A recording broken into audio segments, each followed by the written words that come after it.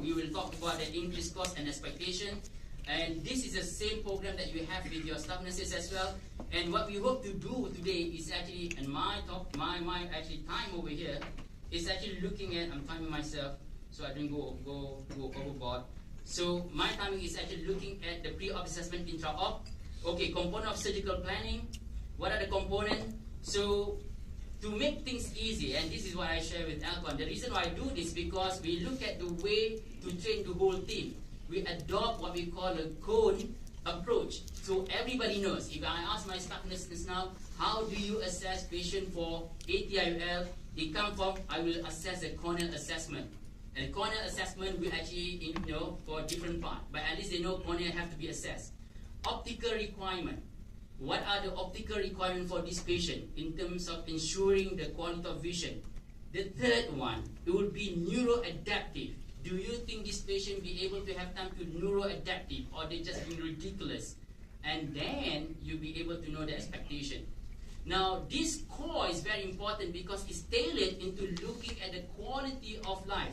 If you have corneal problem, be it because it's severe dry eye or a pterygium scar, and we want to put something AT-IOL, you must actually get the expectation right. If you don't get the expectation right, and the documentation of this is very important. Now that's why I said we actually dealing with patients with 6/6 and N5 still have a problem. But if you be able, that's why hopefully later on we go to the post-op, how to handle them. So hopefully when you actually have documentation, you can show them beforehand. We discuss about this.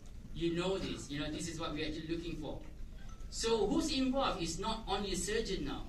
You have to involve the technician. Of course, technology is there, but the technician and patients are very important. No, do not discard them. The technician is important component in the refractive surgery, in the lens refractive surgery, AT-IOL. That's why tomorrow we actually have a session with them. This is actually, and I hope that you send your staff for this as well. Invitation is actually given to all the staff as well. The same thing. We're going to talk about it. For tomorrow is actually for them. It is on their part. We are going to go through on how to do counseling. We don't go through with you.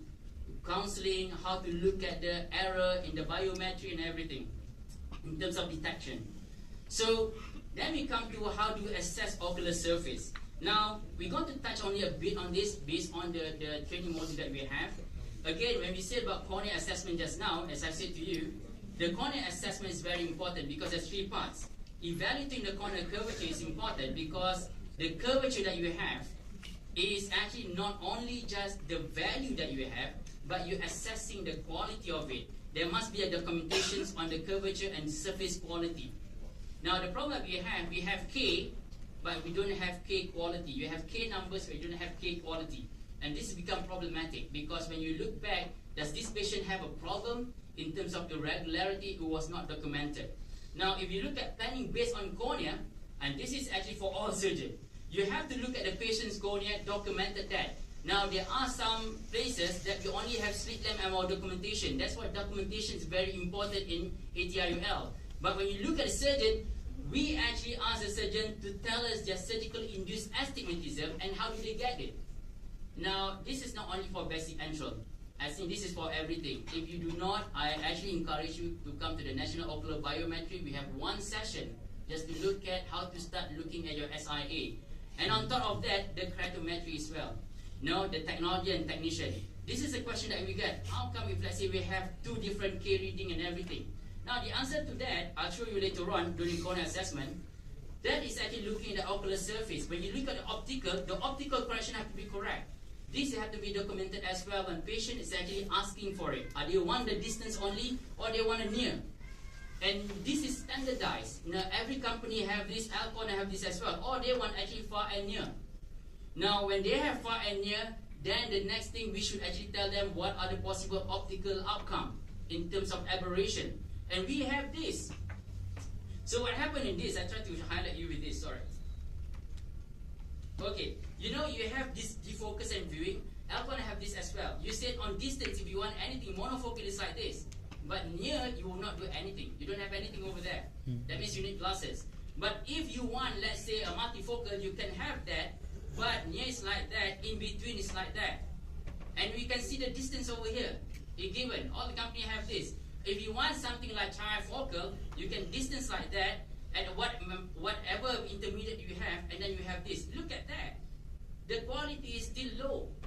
So when you have that and show it to the patient and say, do you understand this? You know, and you sign on this, that's it. They understand. They don't come to you, oh, now I cannot read very near. They used to read near. You know, now I cannot read that far. I said, no, we actually explained to you already. This is expectation. This is trifocal. Unless you go for depth of focus or the very focal, the same thing. So that is actually for them to choose. It gives you some confidence when you tell them that is exactly. We have patient coming in and we show them this. This is what you agreed to. Oh yeah, I remember. I'm just letting you know. Thank you for letting me know. Yeah. They forget. Because they get all this good review from but they at the end will thank you because neuroadaptation will actually set in. They will behave well. There will be organizational behavior on the patients as well. They will not read in the deep anymore. They will do all that. But it's very important at the first instances when you actually detect something, you have a plan. And you know how to go. Now, cornea astigmatism is a great thing to discuss. We actually put it in intermediate later on, basic. But look at this. What we want people to know is how do you get that data? Is it the manual K, auto K, IOL master, Lenstar, whatever that you have? How do you get that data from? And then the performance of that data, who performed it, and how it was analyzed, the quality of that data, and then the quantitative of that data, and at the end you have to make a decision. Because you have multiple characteristics in your place, and you know that they are not sequenced, they are not incongruent all the time. Because this is actually need to be done. You need to show that you know how the data is working, you know who's actually doing it, and at the end you know what's going on. And this is what we actually go through in the National Ocular Biometry. At the end, which K, magnitude and axis, the final decisions have to come from you. Yeah, you actually have to come, you have to make decision. A lot of people actually ask, tell me which machine. Tell me which machine. I tell you which machine. Look at this study. This study, actually by Abu Lafia, one of the top now, actually working with Doc Koch and everything, have actually tell that whatever machine that you use in terms of the optical biometry, because the study is only optical biometry, there's no difference. It doesn't matter you have 1.6, 2.8, 3.2, 6, 32. There are no difference. But I like Robert Osher more, because Robert Osher tried to actually, remember that I said that in the US they said technology is problematic. You're talking about this is actually what, optical biometry. We don't have them. Look at Robert Osher. This is in 2000, if I'm not talking, in 2014. Remember that I said when they actually do this? What did Rob do? Manual K and auto K, look at them. Who has more outlier? The auto K have more outlier. And how did actually he overcome this? Published in JCRS. This is not like, on not knowing. This is index, JCRS, actually a high impact factor. If you look at that, and this is what he said. He said that, okay, let me just highlight that, if I can. We propose that the average multiple keratometry measurement, average, this is his, it's not mine, his, from different technology produce the most precise measurement by each technology may be compared. So what he was suggesting is, if you have many, average them in. I don't actually ask you to do that. This is Rob. I already actually published that. And for him, it's actually this. The simple process of averaging the amount of stimulation and the axis measured using manual K with an automatic K definitely reduce 15 reductions of outlier. Even though you have outlier, you reduce it by 50%. Now this is 2014. It was not a popular paper. I'm highlighting to you because that is people say what to do. K1, K2, 2 different times, 3 different times. It will forever become different. But now you want something to actually benchmark you. Okay, I can do this as well. I do the averaging. Then you need to tell the patient.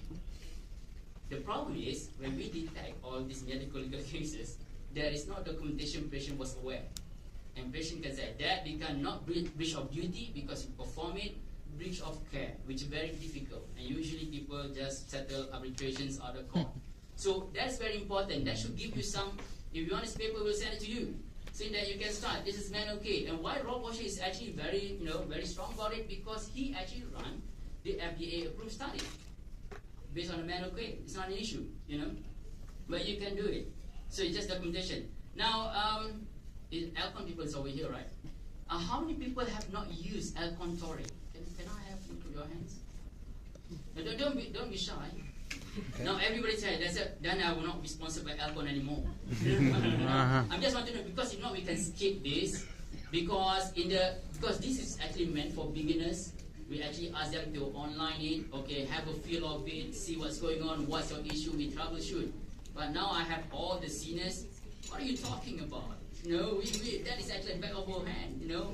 So if you don't want, we don't actually go for this, because I thought that this should be in the, you know, for you should know, because if you don't use this, when you see it, you become, because now, let's go for this movie first. You know, everybody say now we are a hardcore Alcon over here. Okay, let's take you on hard Alcon. Maybe I can learn something from you. What happened is actually it has a Barrett torque calculator now. Now, that's why I say talking about K in detail, that's not the aim of it. Just to tell you now, at least if you have any issues on the posterior K that you think you need pentacam to have a true K, that's not true. Because now we have Barrett calculator inside, which actually by algorithm calculate that, and time again we have seen that is taken care of. So if you actually go to that particular website, you actually have a feel of it. Now usually you will ask your staff, get trained with the Alcon people, I just want a number. It would be helpful for you to see, because you can see that why they have some issues. Because sometimes you use another lens or you use another calculator, they might be different depending on the spherical equivalence at all, depending on the algorithm that they have. So now I'm just showing it to you for interest, since you're all the expert over here, right? I don't want to take your time. Okay, so we move on. I think we move on, yeah. Yeah, assuming that all of you know this. Nobody wants to say, no, I do not know. No, just show it to us. Don't worry, okay. Now, and then go to Barrett calculator as well. I mean, it's just good for you to know, So that's basically it. Now, remember about this axial length and IOL formula. This is question number 10 and 11. We're going to actually finish this soon. Now, we're not going to talk about axial length and everything, but we're going to talk about this. This is very important, the IOL formula. Because the IOL formula is actually where now majority of the problem who's up is because of IOL formula, where is actually effective lens positions. This is popular recommendation first. Let me highlight to you this. If you look at this, you look at this area, the normal 23, 24. So if you want to start something, please start on this, on the axial length, because you use any on this except SRK2, nobody uses it anymore. You'll be able to get on the dot regardless. So if you want to start, that's why I say we want to start on the 23, 24 on the dot, 24.5, 22.5, 34.5. That will tell us, you cannot blame it on the formula, right? But that is old timer. Sorry. There should be another one. Let me look. Because there should be the newer recommendation.